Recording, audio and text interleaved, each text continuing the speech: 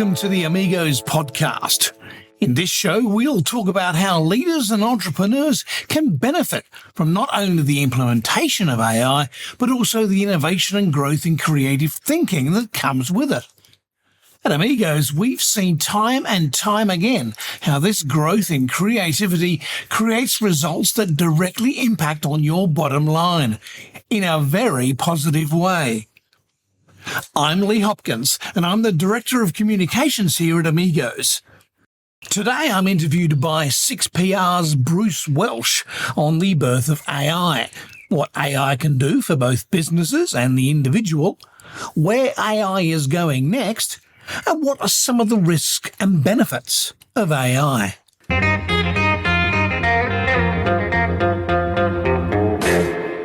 Alrighty, so back in 1983, the internet was born, I believe, and in those early days, we're all amazed at what we could do and find on the internet. It certainly meant it was the death of the door-to-door encyclopedia salesman, that's for sure. However, I don't think then we thought how it would become part of our daily life, but it certainly has, and since then, there's been the development of social media. Only a fun thing. That's never going to be part of life, is it?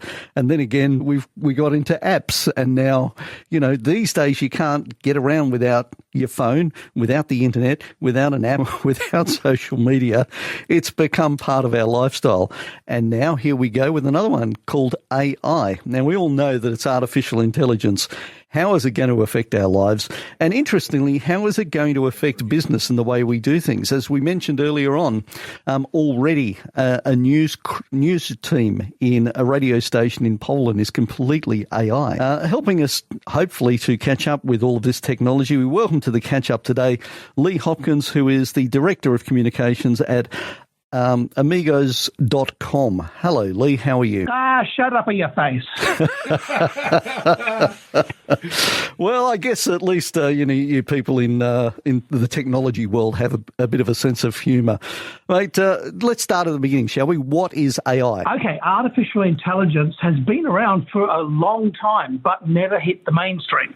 Now it's hit the mainstream, and it basically enables you to kind of do all the drudgery that you would have to have teams and teams of people doing. Now you can free up those teams to be far more creative, and all the dull, boring stuff is taken care of by computers. Okay, so what we're finding at the moment is a lot of people are using it for writing things. They'll, put stuff in, and it's being used at this stage, with due respect to the people that do it, for a bit of fun, where they can create a whole story. They create a song even. I've had one created for myself by Hurricane, one of the panel operators here. He's written a whole song and had it produced, all done by computers. Like the person that's singing is not a real person. The musicians playing the tune are not real. So the applications that we're seeing at the moment is more like the early applications of the internet in much more fun terms than actual productive terms. Well, yes and no. Yes, in terms of you can do some really fun stuff with it. You can write books, poems, sonnets, all sorts of stuff. You can create images of people that don't exist and put them into situations that don't exist. It's good, fun stuff. But you're right in that there's a business application as well. And that business application is such that you can save your company lots and lots of dollars if you use the right tool in the right way. But you and I probably go back to the 70s, Bruce. And in the 70s, there was a code, or a word, I should say, that computer programmers lived and died by. And that word was GIGO, garbage in, garbage out. And here in today's AI world, if you write a really bad prompt, which is the prompt is the instructions to the computer to do something. If you write a really bad prompt, you won't get any good results. So if you went to, for example, ChatGPT and you said to ChatGPT, write me a novel. Well, ChatGPT would go away and write you a novel, but you'd never even be able to give it to a friend to read because it would be just garbage. But if you tell ChatGPT or Claude or any of these writing tools to write me something, and you specify in a big long prompt what exactly you want, who the characters are, and all sorts of background material, it will go away and create you something far better. So obviously more detail in, more detail out. So if we're talking about an application, I've just thought of while sitting here, if I wanted a business plan written for a particular business, I could certainly put in all of the details that I had, whether that be in my head or what I had researched, and it will print out a fairly detailed, accurate business plan. Is that what you're saying? Oh, absolutely. Go to ChatGPT, put in your parameters and in the prompt, and just be amazed that with 30 seconds later, you will have a business plan, or if you want a marketing plan or social media plan, whatever. It'll spit it out in about 30 seconds, and you could have a whole year's worth of content that with Claude and ChatGPT and all these other tools will spit out, and they're brilliant. So how far, you said it's been around for many years. How long has it been around, and how far down in the path of development of AI are we? I just said that there's a radio station in Poland using it for their news reports, but, how far down are we? Is there still quite a way for the development to go? Oh, goodness me, yes. In terms of where it's come from, I guess, it's been in academia since the 60s. But in terms of how we can use it in the business world or in the social world, probably around about the time that social media came into being for business, 2004, you probably had the stirrings of AI as organizations tried to grapple with it and make use of it. Now, in those days, of course, it was only the big corporates with lots and lots of research dollars behind them who could spend the time coding and playing and figuring out exactly what they wanted. Now it's reached a stage where the common man and woman can hop behind their monitor, type away, and create something that just did not exist before. But where it's going is even more fascinating, because if you look at the two big players in this game, which was Claude for writing text and text that human beings enjoyed reading, and ChatGPT, which was great at business stuff. The leap forward, every iteration of Claude and every iteration of ChatGPT just pushed 10 times forward. Now, we're at the stage where artificial intelligence can actually control your monitor and your mouse. So it can do things that it sees on your screen and chop and change and adjust, and you don't have to do anything. So while we're talking about that, let's talk about AI and its use in the bot world, so to speak. There was a GP that won an award over here that was talking earlier on, and of course the discussion went to Dr. Google, and are there dangers there with these bots in relation to misinformation? Some bots, yes, I agree, they are. Because they go to Google for information, or they do their own search of the web, but they do a search of the layperson's web.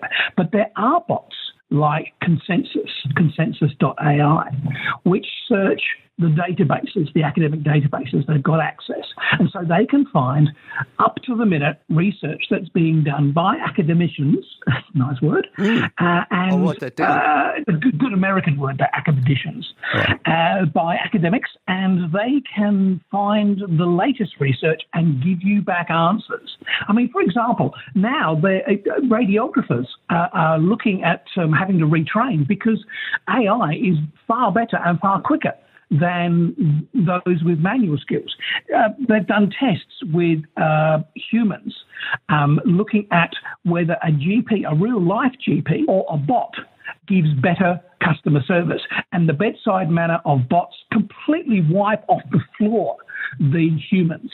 But I guess one thing to always be safe is obviously get a second opinion. If you're going to go down the bot process, either introduce human intervention or alternatively get another bot's opinion, I guess. Well, there's no harm in getting a second opinion from another bot, because even the bots themselves say there's a disclaimer at the bottom of their web pages saying that this might not be 100% accurate. Get a professional opinion. But, I mean, you can go to Perplexity, for example, and ask a query of Perplexity, and it will spit out something. And then you go back and you ask Perplexity, okay, you've just written this for me. Go back and verify all the things you said. Give me the links to the research which backs that up, and correct any mistakes you've made or bits you've made up. And it does. So the second time round, it gives you a far tighter, more accurate response. So for further information, I'm quite sure we can go to Amigos, where you're doing your own podcasts, I believe. Yeah, I've just released the first podcast. We're aiming to do 2 podcasts a week, 1 interview with someone, and 1 just sort of latest news and tips and hints about how organisations, businesses, both large and small, can capitalise on AI to drive their business forward and also to dramatically cut costs. Well, on that note, you said that obviously as it develops, the costs come down.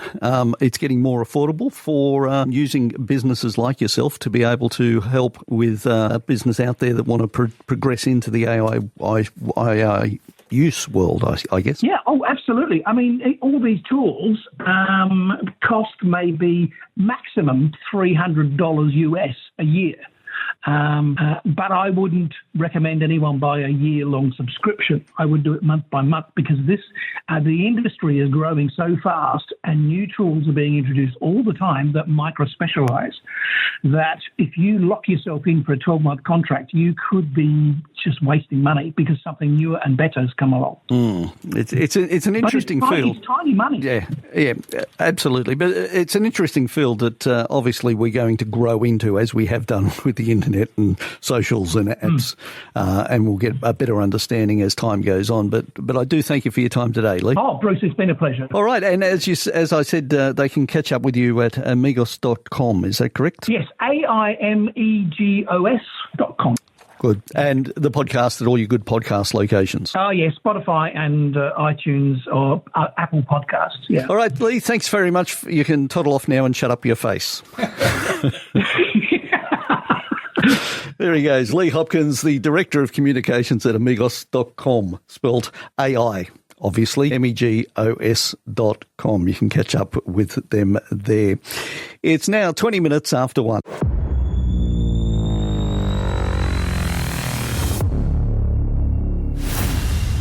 And there we are, the second edition of our AI in Business podcast, where I was interviewed by 6PR's Bruce Welsh.